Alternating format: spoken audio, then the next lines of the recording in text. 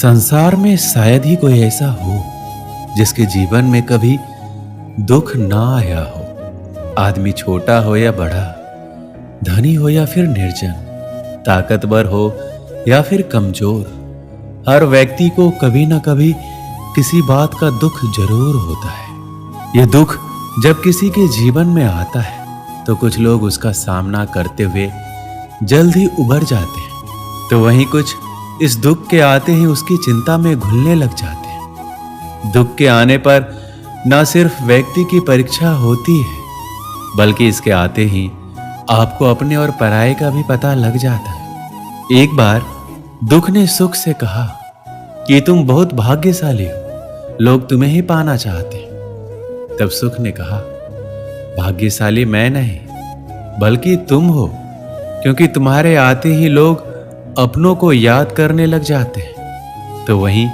जैसे मैं किसी के जीवन में प्रवेश करता हूं तो लोग अपनों को भूल जाते हैं। इंसान के जीवन में दो तरह के दुख होते हैं, पहला वह जिसकी अभिलाषा पूरी नहीं हुई, और दूसरा ये कि उसके जीवन की अभिलाषा पूरी हो गई। जीवन के सारे दुखों का एक ही कारण है। ऐसे में किसी भी प्रकार का कष्ट आने पर सबसे पहले उससे जुड़ी चिंता करना छोड़ दे, बल्कि उसे दूर करने की चिंतन करे। अगर थोड़े से आराम को छोड़ने से व्यक्ति की बड़ी खुशी मिलती है, तो एक समझदार व्यक्ति को चाहिए कि वो थोड़ा सा दुख या कष्ट सहते हुए बड़ा सुख हासिल करे। दुख किसी के साथ भेदभाव नहीं करता है, वह हर किसी के जीवन में आता है। इसलिए दुखी होने की बजाय उससे बाहर निकलने का प्रयास करना ही समझदारी होता है। इंसान का जीवन एक सिक्के के समान है, जिसके एक और सुख तो दूसरी ओर दुख होता है। उसके साथ कभी सुख तो कभी दुख लगा रहता है। ऐसे में जब सुख हो तो घमंड मत करना, और जब दुख आए तो थोड़ा सब्र करना। किसी ने ठीक ही कहा है कि जिंदगी का रोना भी कोई रोना है। जिंदगी रोकर काटो या हंसकर, वो तो कट ही जाती है। सुख और दुख जिंदगी के खेल है। इन्हें खेल की तरह खेलते हुए चलने का नाम ही जिंदगी है। अगर दुखों को नजरअंदाज ना किया जाए तो जीना मुश्किल हो जाता है। दुख का प्रत्यस्थ रूप जितना बड़ा दिखाई देता है, अंदर से वो उतना ही खोखला और कमजोर होता है। अगर विचारों को मजबूत बनाकर रखा जाए तो दुख हवा के झोंके के साथ गायब होने वाली पानी के बुलबुलों की तरह होते हैं। दुख, तकलीफ, आपदाएं इंसान की जिंदगी के साथ जुड़ी हुई ऐसी अप्रासंगिक घटनाएं हैं जो क्षति पहुंचाकर हमें विचलित कर देती है। कभी कभी तो अविवेकी इंसान सहन शक्ति के अभाव में अपना होश खो बैठता है। मुसीबतों को टालने की कोशिश करते हुए भी हमारा मन विचलित हो ही उठता है। आगे बढ़ने के सारे दरवाजे बंद होते देखकर सिर पकड़कर बैठने के सिवाय कोई और रास्ता नजर नहीं आता। आखिर ऐसा क्यों होता है? कारण है हमारी नकारात्मक सोच और चिंतन हम पर हावी हो जाते हैं। कहते हैं कि इंसान जैसा सोचता है वैसा ही बन जाता है। अगर सोच सकारात्मक होगी तो दुख में भी कहीं ना कहीं सुख की अनुभूति होगी। परीक्षा के समय आप देख सकते हैं कि कई छात्र डट कर सामना करते हैं, तो कई हार मान लेते हैं और डिप्रेशन में चले जाते हैं। या तो कई लोग परीक्षा देने ही नहीं जाते, कई तो कम नंबर आने पर अपनी जान तक देने की कोशिश करते हैं, बिना ये सोचे कि जिंदगी का बहुत ही छोटा सा पड़ाव है। प्रकृति ने हमें रास्ता बताया है कि दुख तकलीफों के समय रोने, सिर पीटने या डरने की बजाय अपने आप पर, अपने कर्मों पर विश्वास रखिए, जिससे कि आगे बढ़ने के लिए शक्ति, प्रेरणा और लक्ष्य मिले। किस्मत भी उन्हीं का साथ देती है जिनमें कुछ करने का साहस होता है। हर एक दिन एक जैसे नहीं होते। प्रकृति का नियम है कि रात के बाद दिन जरूर आता है। यहाँ कुछ भी स्थायी नहीं है।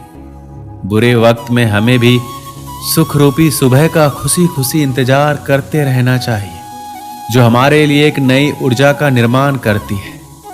दूसरों से तुलना करके अपने भाग्य को कोसने की बजाय अपनी अच्छी बुरी आदतों, कमजोरियों और ताकतों को परखें और हिम्मत ना हार कर आगे बढ़ते रहे। श्री कृष्ण कहते हैं, जीवन में कभी भी किसी चीज को लेकर अभिमान नहीं करना चाहिए, क्योंकि पत्थर जब पानी में गिरता है तो अपने वजन के चलते ही उसमें डूब जाता है। जिंदगी अध्यापक से ज्यादा सख्त होती है, क्योंकि अध्यापक आपको सबक सिखाने के बाद आपकी परीक्षा लेते हैं, लेकिन जिंदगी परीक्षा लेकर आपको सबक सिखाती है। जिस तरह हवा कभी भी एक दिशा में नहीं बहती, समय समय पर बदलती रहती है, कुछ ऐसे ही आपकी किस्मत भी है जो समय समय पर बदलती रहती है। इसलिए जीवन में आने वाले किसी भी दुख, नाकामयाबी से कभी निराश ना हो। मनुष्य के जीवन में कभी भी समस्याएं या फिर कहें चुनौतियां कभी भी यूं ही नहीं आया करती है। इनके आने में एक संदेश छिपा होता है कि आने वाले समय में आपको जीवन में बड़ा बदलाव लाना है। यदि आप चाहते हैं कि आपको अपनी मेहनत का पूरा फल समय पर मिले, तो आपको उसके करने का तरीका या फिर कहें तो खुद के जीवन में बदलाव लाना होगा। खुद को भीड़ का हिस्सा बनाने से रोकना होगा, क्योंकि भीड़ में जाने वाले व्यक्ति की पहचान कहीं गुम हो जाती है। सफलता अंतिम नहीं है, असफलता घातक नहीं है। यह आगे बढ़ते रखने का साहस है जो मायने रखता है कि सफल सिर्फ सपनों के लिए मत बनो, बल्कि उनके लिए भी बनो जो तुम्हारा मजाक उड़ाते हैं। तुम्हारा सबसे बड़ा दुश्मन तुम्हारा खुद का आलस है। इंतजार मत कीजिए, सही समय कभी नहीं आता। छोटे मन से कोई बड़ा नहीं होता, टूटे मन से कोई खड़ा नहीं होता। वक्त के साथ चलना जरूरी नहीं, सच के साथ चलिए, एक दिन वक्त आपके साथ चलेगा। तकदीर भी बदलेगी, तस्वीर भी बदलेगी। हिम्मत ना हार, हाथों की लकीर भी बदलेगी। जो लोग असफल होने से डरते हैं, वो कभी भी सफलता की खुशियों का अनुभव नहीं कर सकते। धैर्य ही है जो जिंदगी की किताब के हर पन्ने को बांध कर रखता है। इंतजार करने वालों को तो सिर्फ उतना ही मिलता है जितना कोशिश करने वाले छोड़ देते हैं। अगर परमात्मा तुम्हें कष्ट के पास ले आया है, तो अवश्य ही वो तुम्हें कष्ट के पार भी ले जाएगा। स्वयं खुद को साबित करो, दूसरों को नहीं।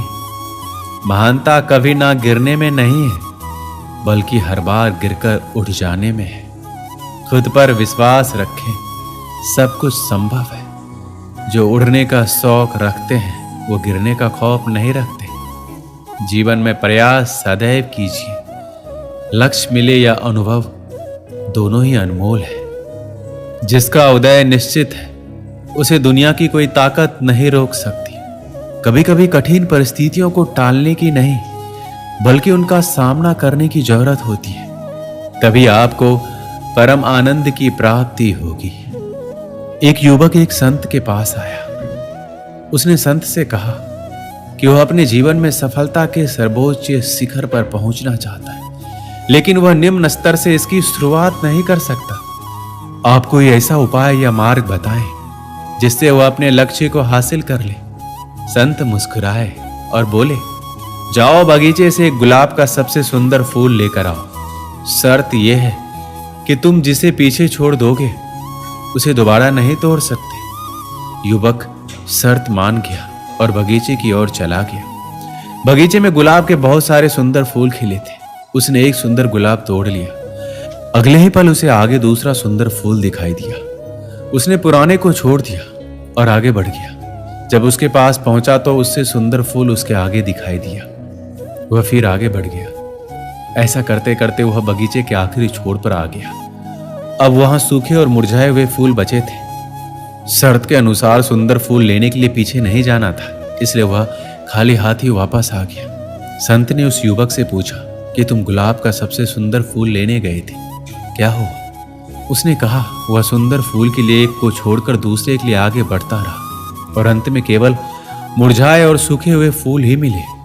शर्त को मानते हुए मैं ताजे और सुंदर फूल नहीं ला पाया। संत हंसने लगे। उसने कहा कि यह जीवन भी इसी तरह है। इसमें प्रारंभ से ही कर्म करना होता है। कई बार देखा गया है कि सफलता उसी कार्यों और अवसरों में ही होती है। जो लोग अधिक तथा सर्वोच्च की चाह में केवल आगे बढ़ते जाते हैं, आखिर में उनको भी खाली हाथ आना पड़ता है। संत की बातों को युवक समझ गया था। उसने अब सभी कार्यों को पूरी लगन और मेहनत से करने का निश्चय किया, ताकि जीवन में मिले अवसरों का पूरा लाभ उठा पाए। दोस्तों, इस वीडियो में बस इतना ही। मिलते हैं अगले वीडियो में। अपना ख्याल रखिएगा। जय श्री राम।